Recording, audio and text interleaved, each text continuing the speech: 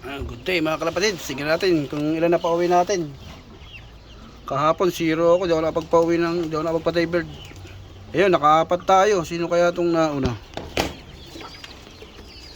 Tingnan natin.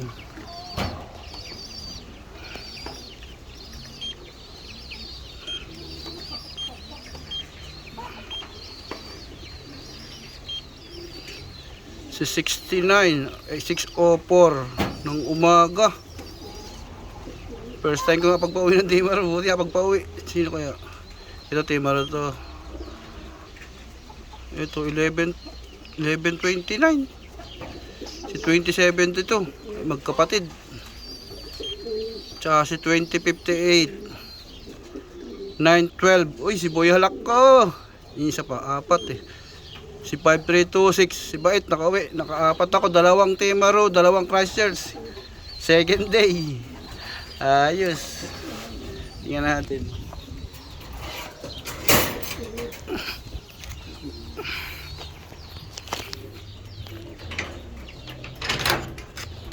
Ayun.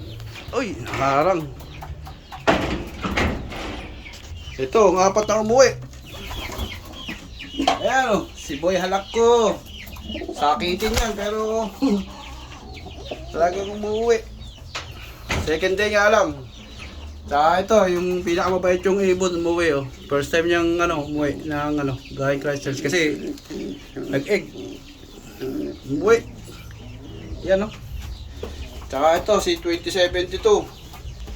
Tsaka 69. Yan, kapatid niya yan eh. Pero may mas edad pa to.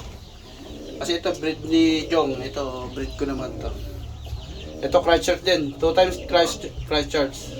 Ito first time ng Christchurch. Tapos ito first time ng Timaro. Si Boy Halak. Tsaka si 69. First time ko nakapagpauwi ng Timaro. Thank you, nakapagpauwi. May panlaro pa tayo Inver Cargill. Ayun, sana makauwi pa yung yung ilan ba? Makauwi pa yung 7. Ayos.